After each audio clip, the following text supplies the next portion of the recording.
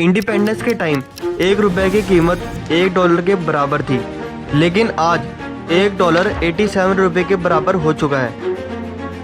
Few days, one headline has been seen nearly every falls to new lows. Rupees slumped to an all-time low. Trump's victory in the US presidency. और ये decline सिर्फ India के economy की वजह से नहीं, बल्कि global economic system की वजह से भी हुआ है। लेकिन क्या आपने कभी सोचा है कि 1 डॉलर 1 रुपए के बराबर क्यों नहीं हो सकता? क्यों इंडियन रुपी हर साल गिरता जा रहा है और डॉलर और भी स्ट्रॉन्ग होता जा रहा है? क्या अमेरिका जानबूझकर इंडियन रुपी को किल कर रहा है? सब कुछ जानेंगे आज की इस वीडियो में।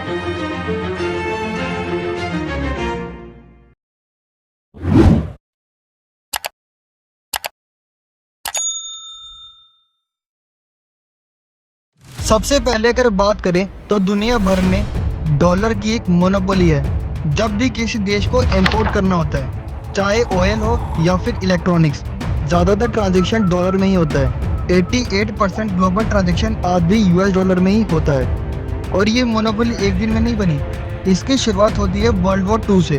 वर्ल्ड वॉर 2 के बाद दुनिया बिल्कुल ही बदल गई थी। जापान, यूरोप और एशिया के कई देश अधूरे इंफ्रास्ट्रक्चर और डेवस्टेड इंडस्ट्रीज और इकोनॉमिक कोलैप्स से जूझ रहे थे। वहीं यूनाइटेड स्टेट्स ने अपनी इंडस्ट्रियल पावर को और भी मजबूत बना लिया था। सोचो, जितने देश युद्ध के बाद अपनी इकोनॉमी को दोबारा से बनाना चाहते थे, उनके पास एक स्टेबल और स्ट्रॉन्ग करेंसी का ऑप्शन होना बहुत ज़रूरी था। और ये ऑप्शन उन्हें तब मिला जब 1944 में 44 देशों ने एक हिस्टोरिक एग्रीमेंट साइन किया, जिसे आज हम ब्रेटन वुड्स एग्रीमेंट के नाम से जानते हैं, जिसमें ये डिसाइड किया गया कि दुनिया भर की करेंसी का बेस यूएस डॉलर होगा।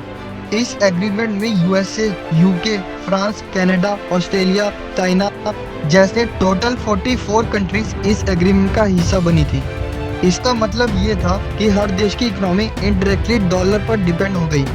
जब हम इंटरनेशनल ट्रेड की बात करते हैं तो आप देखोगे कि लगभग 80 to 90% ट्रांजेक्शन यूएस डॉलर में ही होता है। चाहे वो ऑयल खरीदना हो, डिफेंस इक्विपमेंट खरीदना हो या फिर इंटरनेशनल लोन लेना हो, डॉलर सब जगह डोमिनेट करता है।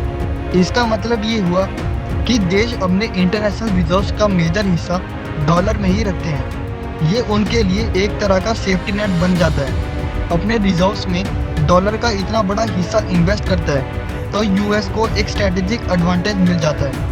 उनकी मॉनेटरी पॉलिसी जैसे इंटरेस्ट रेट डिसीजन पूरी दुनिया का फाइनेंशियल सिस्टम को इनडायरेक्टली इन्फ्लुएंस करता है। तो आपके मन में भी ये सवाल जरूर आया होगा कि अगर किसी देश में इकोनॉमिक क्राइसिस आता है तो वो अपनी करेंसी प्रिंट करके प्रॉब्लम सॉल्व क्यों नहीं कर लेते?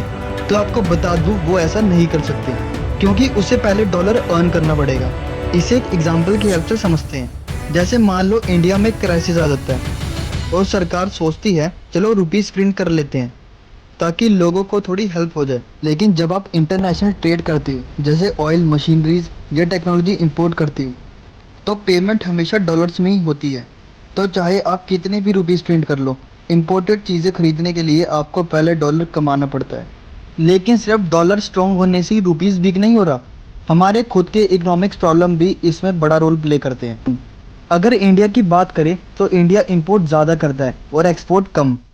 हर साल जब हम क्रूड ऑयल, इलेक्ट्रॉनिक्स आइटम और मशीनरी जैसे चीज़ों के लिए बिलियन डॉलर्स में पेमेंट करते हैं, तो ग्लोबल मार्केट में डॉलर की डिमांड नेचुरली बढ़ जाती है। इससे ना सिर्फ हमारे इंपोर्ट का कॉस्ट इंक्रीज होता है, बल्कि रुपीस पर भी इसका कंटिन्यूस डाउनवर्ड प्रेशर पड़ता है। अगर साल 2023 से 24 की बात करें तो भारत का ट्रेड लगभग 250 बिलियन डॉलर था। यह दिखाता है कि हम कितना ज़्यादा इंपोर्टेड चीज़ों पर डिपेंड कर रहे हैं। अगर हम अपने इंपोर्ट को कंट्रोल कर सकें या अपने एक्सपोर्ट को बूस्ट कर सके तो रुपीस की स्ट्रेंथ इंप्रूव हो सकती है। गवर्नमेंट ने इसके लिए मेक इन इंडिया और आत्मनिर्भर भारत जैसे इनिशिएटिव भी लिए हैं। भारत अपना इंपोर्ट कम करें और एक्सपोर्ट बढ़ाए तो रुपए की वैल्यू सुधर सकती है। तो क्या डॉलर इंडियन रुपीस को किल कर रहा है? इसका सिंपल सा जवाब है, डॉलर पावरफुल है, लेकिन हमारी खुद की पॉलिसीज भी रुपये को वीक बना रही है। अगर हमें अपनी करेंसी स्ट्रॉन्ग बनानी है तो हमें एक्सपोर्ट बढ़ाना होगा। आपको क्या लगता है, भारत डॉलर की मोनोपोली को तोड़ पाएगा? कमेंट सेक्शन में जरूर बताना। वीडियो अच्छी लगी तो वीडियो को लाइक, शेयर, सब्सक्राइब जरूर करना। Thanks for watching.